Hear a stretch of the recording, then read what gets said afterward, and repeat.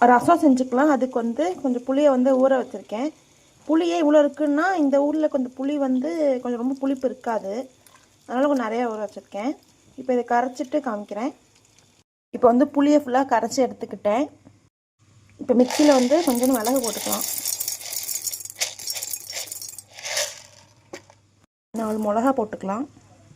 ஒரு 4-5 பல்லு பூண்டு போட்டுக்கலாம். இப்போ இதை வந்து குறைன்னு அரைச்சி எடுத்துக்கலாம்.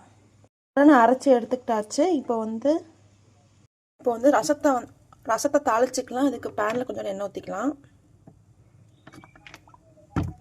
கொஞ்சோண்டு நெய் போட்டுக்கலாம். நெய் போட்டால் ரொம்ப நல்லா இருக்கு.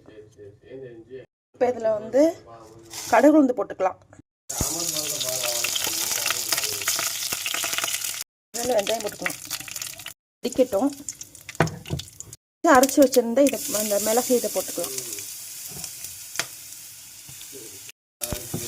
இப்போ இதில் வந்து புளியை ஊற்றிக்கலாம். நம்ம வந்து தக்காளி போடாமல் செஞ்சுருக்கோம். கொஞ்சோண்டு உப்பு போட்டுக்கலாம். அதுக்கப்புறம் பெருங்காயத்தூள் போட்டுக்கலாம்.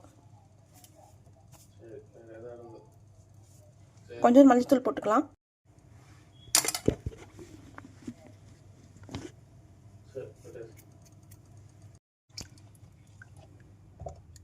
இது தக்காளி போடல, நம்ம தக்காளி போடாத ரசம். நல்லா தான் இருந்துச்சு. 2 தடவை பண்ணிட்டேன், நல்லா இருந்துச்சு. இதில் வந்து கொத்தமல்லி போட்டுக்கலாம்.